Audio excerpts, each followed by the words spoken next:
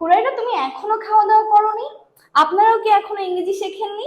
আমরা যখন বলতে চাই যে কোনো একটা কাজ কেউ এখনো করেনি, তার মানে কোনো একটা কাজ এখনো শুরু হয়নি, এই সেন্টেন্স গুলো আমরা ইংরেজিতে কিভাবে বলতে পারি, এদেরকে ইংরেজিতে কিভাবে বলতে হয় সেটা আসলে আমরা এই ক্লাসে শিখে নিব, এবং প্রতিটা সাবজেক্ট দিয়ে কিভাবে প্রতিটা টেন্স দিয়ে আমরা এই স্ট্রাকচারটা ইউজ করতে পারি দেখে নিব।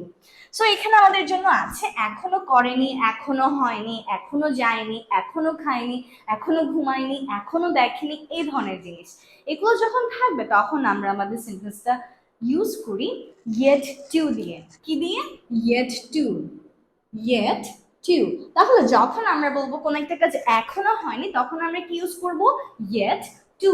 স্ট্রাকচারটা কেমন? প্রথমে আমরা আমাদের সাবজেক্টকে বসাই, সাবজেক্ট অনুযায়ী যে কোনো একটা অক্সিলারি ভার্ব। যেমন প্রেজেন্ট টেন্স হলে am is are, past tense হলে was অথবা were। তাহলে সাবজেক্টের পর সে নাম্বার এবং টেন্স অনুযায়ী আমরা একটা অক্সিলারি ভার্ব বসাবো, am is are, was অথবা were।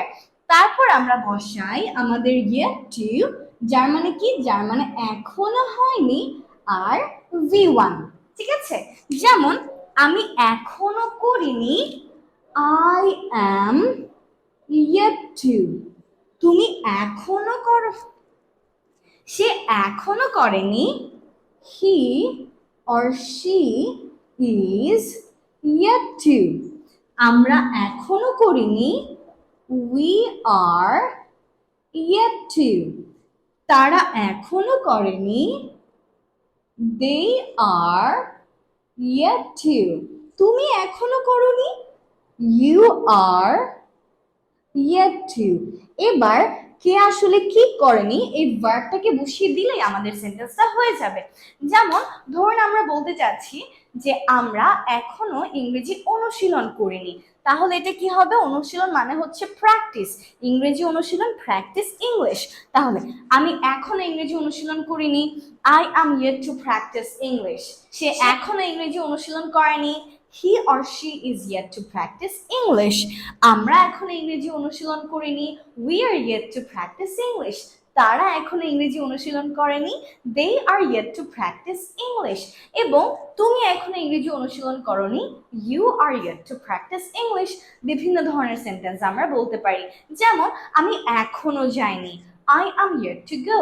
সে এখনো আসেনি, he is yet to come। হুরাইরা এখনো খাবার খায়নি, হুরাইরা is yet to eat। আমরা এখনো লিখিনি, we are yet to write। সে এখনো বাসায় আসেনি, he is yet to reach home। এইভাবে করে যে কোনো একটা সাবজেক্ট দিয়ে, যে কোনো একটা টেন্স দিয়ে আপনি স্ট্রাকচারটাকে ফিক্স রেখে আপনার সেন্টেন্সটি বানিয়ে ফেলতে পারেন। আমি আপনাকে রিকোয়েস্ট করব right now, right here, comment সেকশনে আপনি 5টা সেন্টেন্স বানিয়ে ফেলুন yet to দিয়ে। তাতে করে কিন্তু আপনি ভিডিওটা এখন দেখলেন, নিজে লিখে অনুশীলন করলেন, কি হবে? এটা আপনার মাথায় বেশি থাকবে, আপনার বেশি মনে রাখতে পারবেন এই সেন্টেন্সটা, এবং আপনি এই স্ট্রাকচারটা বেশি মনে রাখতে পারবেন। সো জলদি জলদি কমেন্ট করে ফেলুন, and don't forget to share this lesson. আমি দেখা করবো আপনাদের সাথে অন্য কোনো একটা শর্ট টিউটোরিয়ালে, অন্য কোনো একটা টপিক নিয়ে। Till then take care and আল্লাহ হাফেজ।